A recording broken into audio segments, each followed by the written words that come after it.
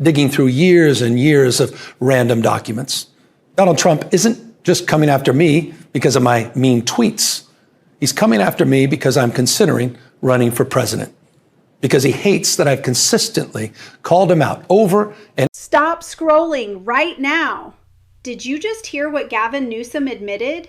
He is literally claiming the FBI and DOJ are hunting him down. The political earthquake of the century is unfolding. From California just about an hour ago now. No comment to Fox and the DOJ as of this hour. A source there saying that there are several investigations into people around Newsom, including his wife and his former chief of staff, and they originate from whistleblowers. Fox News asking for clarity out of Newsom's office around what he means when he says the DOJ is demanding records. That has not been defined. We'll update you as soon as we get more word on that. Wait, did you catch that detail from the Fox broadcast?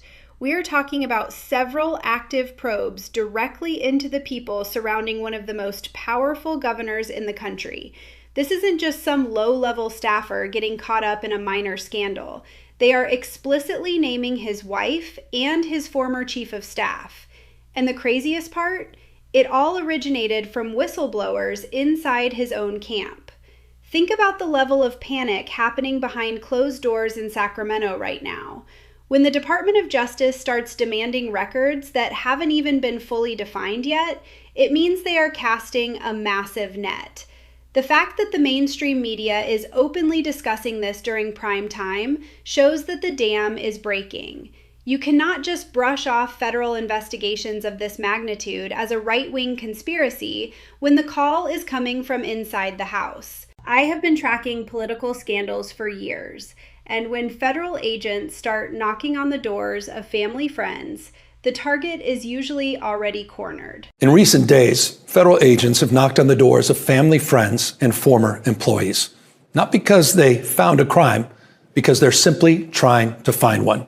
They're demanding records. They're abusing the grand jury process, digging through years and years of random documents.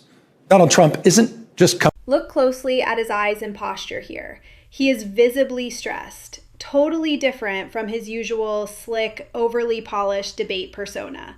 Notice how he immediately tries to frame the federal agents as the bad guys.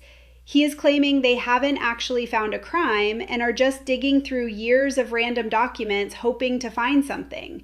That is the classic playbook of a politician trying to get out ahead of a devastating indictment.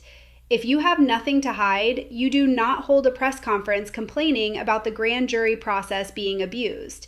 He is laying the groundwork to play the absolute ultimate victim card. But here is the massive hole in his narrative. If this was purely a baseless witch hunt, why are his closest former allies pleading guilty to federal fraud and tax charges? You do not get a federal plea deal without handing over something incredibly valuable to the prosecutors.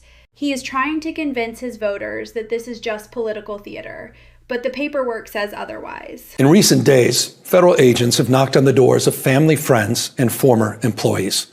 Not because they found a crime, because they're simply trying to find one. They're demanding records. They're abusing the grand jury process, digging through years and years of random documents. Donald Trump isn't just coming after me because of my mean... Did you notice the visual manipulation here? He is purposely putting himself in a split screen with Trump.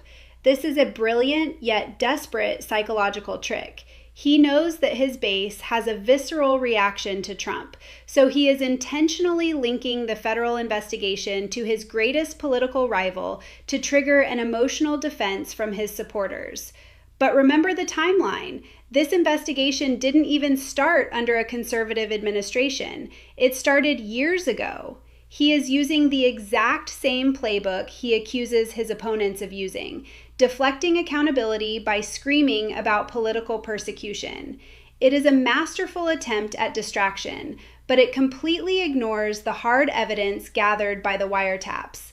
By screaming about his political enemies, he is hoping you will completely forget about the wiretaps, the guilty pleas, and the massive federal grand jury currently dissecting his entire career.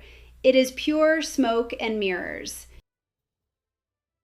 Drop a comment below. Do you think he's telling the truth, or is the empire falling? Make sure to hit subscribe for more raw breakdowns.